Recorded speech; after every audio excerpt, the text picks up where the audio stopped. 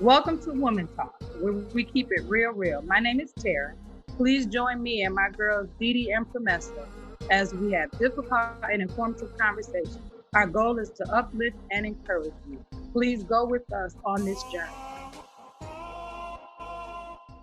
So welcome to Women Talk, where we keep it real. My name is Promessa or Promise with Dee or Deandra and Miss Tara. And today we're going to be talking about once you get to a certain spot in your life or a certain age, do you begin to feel, or do you feel like your dreams are like have stopped, or like you can't go forward, you can't move forward with what you've always dreamed or what you've always wanted to do? So we're here to really just encourage you that you still can do it. It doesn't matter how old you are.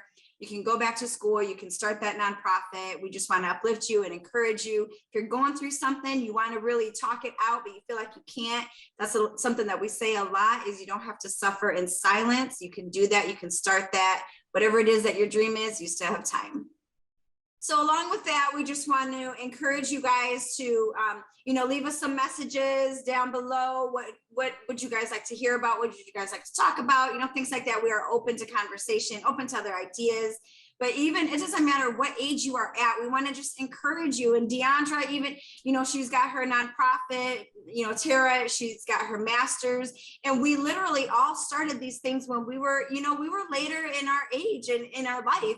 And so we just want to really encourage you guys, like, Deandra, how old were you? If it's okay to show up, on the platform, how old you were when you started your nonprofit? I believe that I was 30 years old. I think I was 30 years old when I started it, but it's even past that. Like a lot of people don't know, but I just went back to school. So I just went back to school in August. So, because I just felt like, when I retire, which I plan on retiring in 5 years, but when I retire, I feel like I still need to be moving and doing something. So I wanted to start preparing myself. So I had to get it in my head, but I was like, you know what, it's not too late. I wish I would have went to school, 10, 15 years ago, but I didn't. So I'm going to go ahead and I'm going to make it happen now. So I started back in school in August. So, I don't think it's too late. I started back in school. I went back to school. I started a business, my t-shirt business. And then I plan on actually starting something else, because for me, I think it's just the beginning. Right. Yeah, you wish you would have did it then, but to me, I think right now is perfect timing. Mm-hmm. And then Tara, when you went back to school, you were already, can you talk a little bit about that? Share with the audience what happened, how that transitioned, and Yeah, so I didn't go back to school until I was, probably 34. And this was when I went back to finish my bachelor's degree first. And then I just went straight through and finished my master's. And now I'm actually in school again, working on my doctorate degree. So okay, hey, good Tara. And good, Dee, because I remember when I was talking about going back to school, me and Dee were talking about it at the same time. And I remember being mad at her that I registered for school and she didn't. I remember that. This was way back. I was so mad at her, I'll never forget it. Because I'm like 15 years ago. Yes, it was like, it's no reason not to do it. Let's do it. And I think I was scared. So I wanted to have somebody who was with me doing it at the same time anyway. But I think that just even thinking about that, having the doubts that I had about even pursuing at that time, because at that time, both of us had all the kids we were going to have. Mm-hmm. And it was like, so now we got young kids, we work full-time jobs. How are we going to make this work? But it was, it was possible. It was possible to do it. And I just went for it. Like I said, I talked about it on a prior show that, my husband helped me a lot. If it wasn't for him, I wouldn't have been able to do all the things that I was doing, because it takes a lot. But I remember someone saying that some of the things that we're the most proud of are the things that scared the hell out of us, but we did them anyway. And that's what we have to think about, even at our age. You can't focus on the fact that you think that it's too late. Because who told you that? Right? Who told you that it's too late for you to do the things that you've always dreamed about doing? And that's true. I kicked myself for not going to school when we talked about it. Like I really, actually, when I told my husband that I was going to go back to school, I said, oh my God, I should have went back with me and Tara. But I had to say, you know what? I didn't do it then, but I need to go ahead and just do it, you know? Come So on. yeah, I had to go ahead and do it. And trust me, I had my doubts. I'm like, I doubted myself.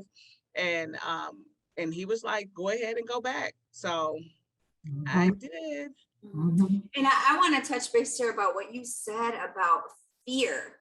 You know, Mhm. fear will really stop us in where, you know, we want to keep pushing forward. We want to do some things, but we have to, let's acknowledge what we're feeling. And a lot of times, 9 times out of 10, it's fear. You know, fear of whatever it is that's behind it. Is it low self-esteem? Is it, you know, feeling like we fear that we're going to fail, or we're going to, you know, attempt to do this and we're going to be a failure per se at doing it. So if it's okay, Tara, can you, do you want to talk a little bit about the fear in itself from a therapeutic standpoint and how to get past that? And then the other piece of it too, and I know we'll talk about this more on some other episodes, but our backgrounds come into play. So I tell people all the way, I have a diagnosis of PTSD. That's an anxiety disorder. So based on that, there are even more thoughts of fear that come in, because they're like layers of stuff that you have to work through to be able to even take that first step. And it could be childhood messages that you're not able to do it, or you're not good enough, or you're going to mess it up, or whatever. So all of those layers of stuff. And I even remember, it's really funny because all I remember of going back to school was how hard it was. It was hard. It really was. And it took a lot of time. So when I decided to pursue my doctorate degree, I didn't even tell my husband until after I had gotten my acceptance letter into my program. And he was like, why didn't you tell me? And I'm thinking, I remember how hard it was. And he just remembers how supportive he was of me and how proud he was that I was doing it. Wait, So, hold up. Y'all see when she was talking about her husband, David, she said, and then the bling, bling, you know, that big old rock started like blinding me. But anyway, but that thing, so it's like, even the messages we tell ourselves, we have preconceived notions about what other people are going to think about what we're planning on doing. And the fear, like, that's real. And just, I almost quit last month. I'm being honest, because I had one class. I wasn't thinking about all the other classes that I had been successful in. I was thinking about this one class where I was struggling, and my brain was going, maybe this ain't for me. Maybe this is not the right time for me to be doing this. Maybe I'm too busy, maybe this, maybe that. But it was only one class. And I had to work through that to be able to, you know, even feel like I wanted to continue. So it's just keeping that thing in mind. Does that answer your question? I hope it does. yeah. Okay. I don't know. What about you, Deandra? When you started going, you know, when you went back to school, when you did your nonprofit, I know that, you know, you and I had a lot of conversations about, you know, how you were going to reach these girls, how you were going to, you know, a lot of things like that. Can you share how you stepped into opening up your nonprofit, really doing some things? I remember you had an event, you know, I spoke at that event even, and I think for me, moving forward, when we do something that we have in our heart and in our mind and our desire to do things, when I think about it, how much it helps other people. And when you did that event, I mean, there were girls crying, there were just, you know, so can you share, you know, a little bit about your nonprofit, how you, you know, got past certain struggles, or, you know, even when you went back to school, your t-shirt business? Well, that one is an interesting one because my nonprofit came behind the fact that I used to help take care of my grandmother. And that's where the name came from. So I used to help take care of my grandmother. And when she passed away, my grandmother helped people. That's just what she did. That's what she always did. She helped people. She used to come home and have people in the car with her that she fed. Like, she just helped people. And so really the grieving and to trying to do something to keep her alive. So I was really focused and motivated on getting that nonprofit started. I think I was in full motion just because you're grieving and you're missing that person. So the nonprofit, that was so easy to do and to go and help people because that's all I knew. But the young people, those are the ones that have my heart. Young girls, you know, suffering, especially when you've been through stuff. And when you've been through stuff, then a lot of times you want to go back and help young people. So starting a nonprofit, I was motivated. Let's just say that at that time I was really motivated. But it's funny, I just want to kind of go to what Tara was saying. When you go to the anxiety of things that will actually make you not really move forward and do things. So really, when I was out there helping, you know, doing a lot of helping, Tara spoke at events, Promessa, you spoke at events, but, and I was out there doing things. And then of course, you know, I haven't done anything in a while because life hits. And when you do go through like the anxiety and stuff, it really stops you from, if you allow it, you know, and a lot of times you don't even know you allowed it to stop you until you already stopped. So, you know, to stop me from, you know, doing that. But then I got, again, through this pandemic, got motivated again because I thought about the fact of I'm gonna retire in 5 years and I don't want to just retire and be at home. I want to retire and do something. So that's where the t-shirt, you know, that's what motivated me to move forward with the t-shirt. I first was just doing it for fun. Then people started asking me for shirts. So one of my cousins, she really pushed me out. She sent me a Cricut, actually. She sent me a Cricut and said, yeah, this I remember. is me investing in you. I want you to, this is what you should be doing. Amen, come on. Yes. So I did that and she believed in me so much. I think that, and she was one of my younger cousins. She believed in me so much that she made me believe in myself. Like it was really crazy. She don't even know how much she motivated me and empowered me to even move forward, which that's even another thing is that sometimes we don't know even that push that she gave me. I mean, she sent me a Cricut, which was an expensive item, but just to do something to even, you know, our young people to do something to help empower them. But I wanted to say one more thing. I think even with our young people is what I'm getting inspired. And I think it inspires me even as an older person is how much they are into becoming, you know, entrepreneurs. That's not something that was pushed in our, I'm going to say in our community back then, you know. And we can say in our generation, it wasn't. It's go to school, get a job, you know. Go to school, get a job. We came where we were raising our kids and kind of where we grew up. That's how it was. Yes. And so to me, I'm so encouraged even by the young people and the different things that they do to get out there and make sure that they're making it happen for themselves. And so when I seen that too, I'm thinking if these young people can have that energy, we can have that energy too. It's just we need to rethink things. Yeah. And I think I've always been like a think outside the box kind of person and a hustler. Y'all know. So I'll be sewing on the weekends and working my full-time job before I even went back to school. So those were things, or making stuff to sell it or whatever, just because that's what I was into. You made my wedding dress. You know. And I want to give a shout out to Deandra too, because, you know, she had that not happened, she was on the news. You know, they interviewed her on the news for for the t-shirts as COVID hit. She had some, you know, there were some deaths in her family, you know, because of COVID, and it hit her hard, y'all, you know, it really did. And she brought something positive out of her pain again, you know, Always. The first time. Yes.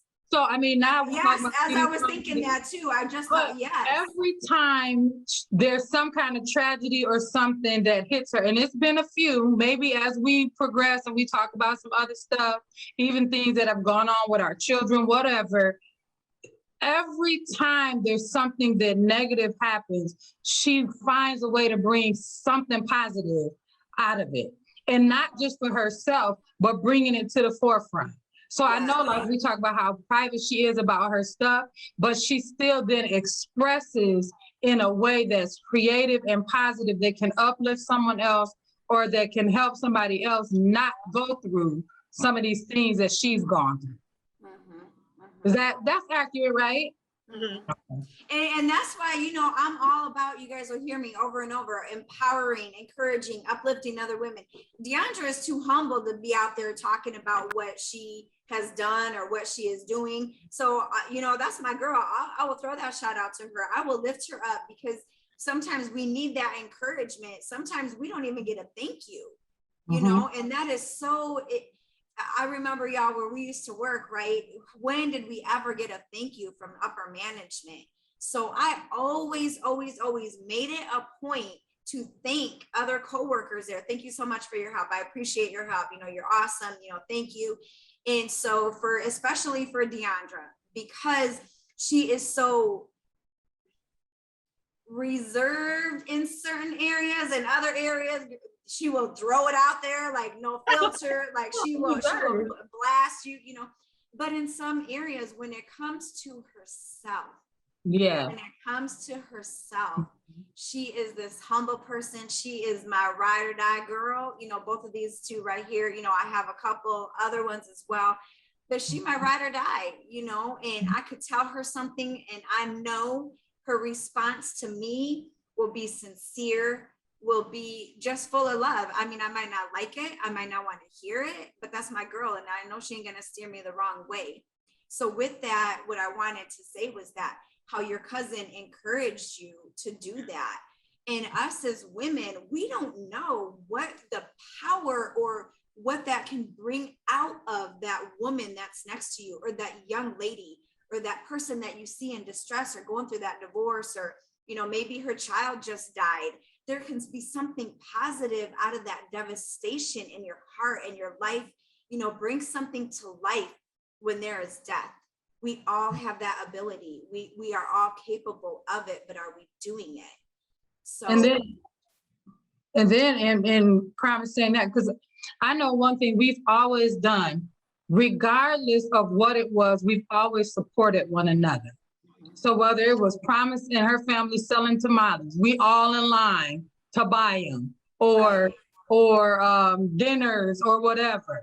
And then Dee with Emma, because I still got my Emma t-shirt. I put it out the other day.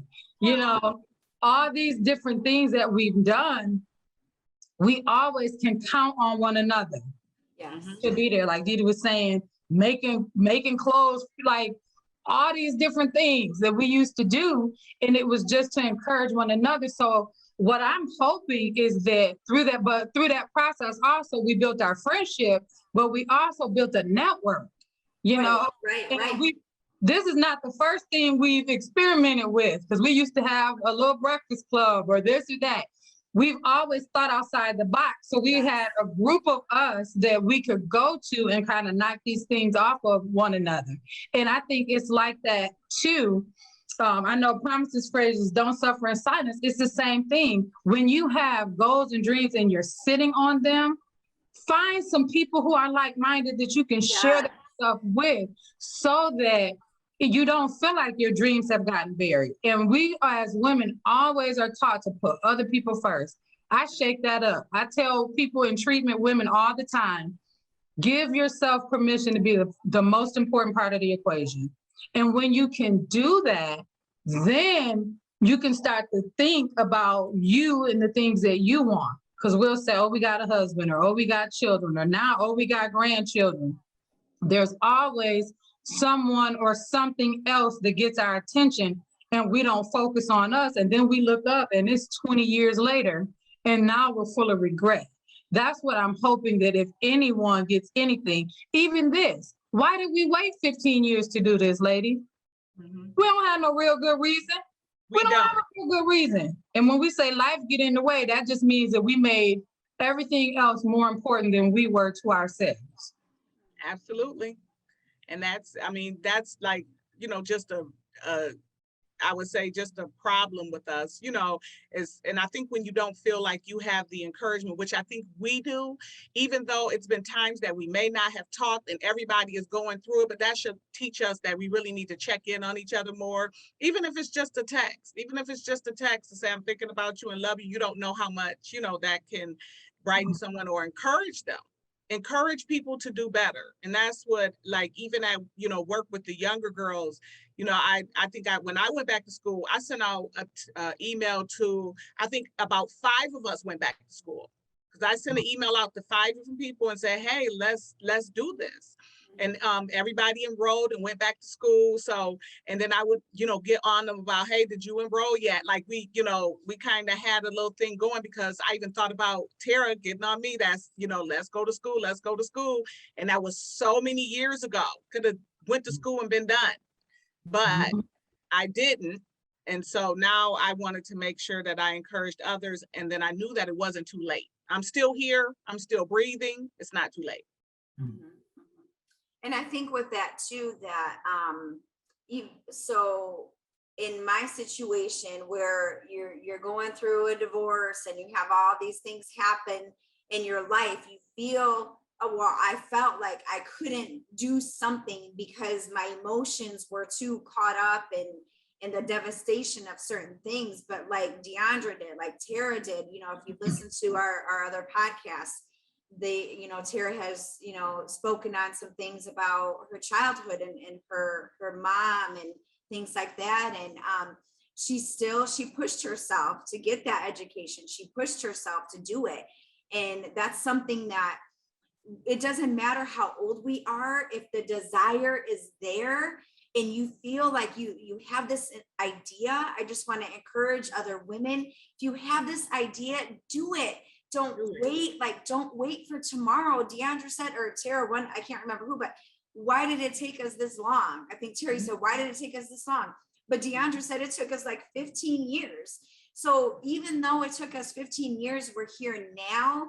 And we want to just encourage those women that have that idea, go for it, do it, take that step of faith. Don't let that fear overpower you or overtake you, but also don't be let me rephrase, be careful on who you share your ideas with and what you want to do. Be very, very careful, because you will have those girl, that's my girl, you will have that support system that will be there to encourage you, to uplift you. But you're going to have your haters too. You're going to have the naysayers like, oh, you can't do that. It's not going to happen. What about this? What about that? You need to silence that. Go into your prayer closet. If you're a woman of faith, go and speak to somebody that's going to encourage you. All the negativity, all that is just toxic around you, you got to eliminate that. Sometimes we got to stop talking to some family members because we're trying to go someplace. Sometimes we got to, cut off that friendship that we have because we're trying to do some other things. I remember, back in the day, I'm out clubbing, and Tara trying to pull me, a certain way to go back to school. And I'm like, I'm doing my thing. I ain't got time for that, but it doesn't matter how old we are or what age we're turning. I remember my sister last month, she turned 40. Shout out to my sister. She turned 40 and she was a hot mess. She was like me turning 30 all over again. Like hot mess. But then we were there, we were together, and it was beautiful. And even now she's got things that she wants to do. So whether you want to start flipping houses, whether you want to start, getting your eyelash company together, you want to start doing hair, nails, you want to be an entrepreneur about whatever, y'all can do it. Get up, get it done. And surround yourself with a network of females or, friendships, family that are going to support you. Don't keep listening to the people that are going to tell you can't do it, because you can get it done.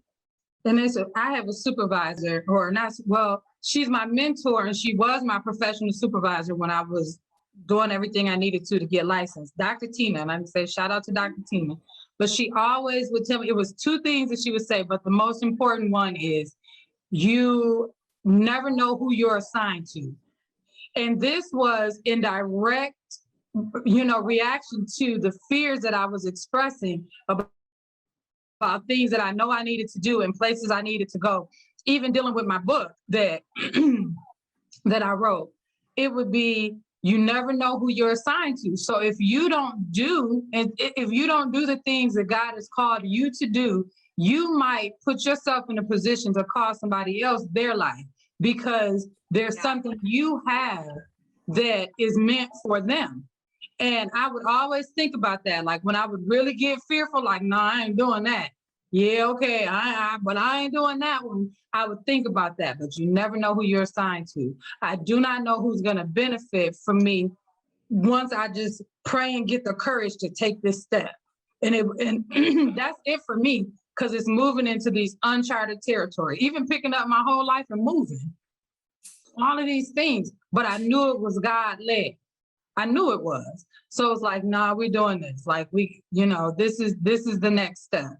I know this is where God is leading me. I know that. So it's just like keeping those things in mind. If you do not do what it is you're supposed to do, and it's never too late. I know we've said that a bunch of times. It's never too late. But if you don't, you're denying someone what they're supposed to be getting from you. We got to think about that. It's not always about us. It's about what we contribute. So I always ask people, what do you want people to say about you when you leave this life?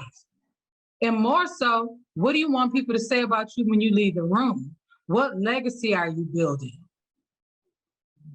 These are things we have to talk about. What are we building? And it's never too late. It's never too late. They said the richest place on earth is the cemetery. Think about that. All these ideas buried once people are dead and gone. I heard that before. And I think too, with what you said about that, where what we're called to do, and we talk about, this isn't a per se a faith-based podcast, but we are all believers, on this podcast. But the thing about that for me is like Deandra, when she reached out and did some things, with these girls, we don't know how much that impacted their lives. And had she not done that, that impact, that positive influence that she had in their lives would not have been there. That would have been voided, So, and I think for me, when I wasn't in line with what God was calling me to do, or that alignment was off, I just wasn't happy. And as women, when we're not doing what we're called to do, or what we want to do, or this desire that we have to build something or start something, in my opinion, for me, it's like I wasn't really happy, because I knew I was supposed to be doing something. I knew there was something I was supposed to start and do and help people and all of these things. And if we're not doing that, it's like there's a void in our life. So again, just really want to encourage the women out there that if you have something, even if it's an idea, you're like, oh, I have this really good idea. What's stopping you from going forward with that idea and starting, whether it's a business or whatever the idea is, what is stopping you? Don't let that fear stop you, like we talked about before. Yeah, because normally we stop ourselves. Nobody else. I don't believe that anybody else can stop us from doing what we want to do but ourselves. That's it. So I think on that, if there was any tip that I could give for any woman to walk away with, is that number one, it's not too late. And number two, you don't know who you're assigned to. And you don't have the right, even if you're scared, not to do what you're purposed to do. Mm-hmm. And I would say, definitely, for one, have people in your corner that encourage you, that will encourage you to take that next step. That will be mine. And the other is that you're definitely not too old. As long as you're breathing, I say, you have time to do what it is that you want to do. Mm-hmm. And I would have to say that sometimes something happens in our lives that is a disaster, or it's like devastating to us. But let's turn that devastation or that disaster into our destiny. And that can be powerful. That can be powerful to all the other women that we need to reach. So y'all, we're glad that you've tuned into our podcast. We invite you to come back to the next one. You know, leave us comments, reach out to us. Again, we just want to encourage you. If you have something that you want to do, it doesn't matter how old you are, you can do it. You can do it. We're here. We can definitely go forward. Take that Forward destiny. and don't suffer in silence. There you go. We would just like to invite you in on our podcast where we're going to talk about some things. So get your tissues ready. It's going to be deep, but it's going to be real. So we invite you to just sit in with us and share our experiences, share your experiences with us, and we'll share ours with you.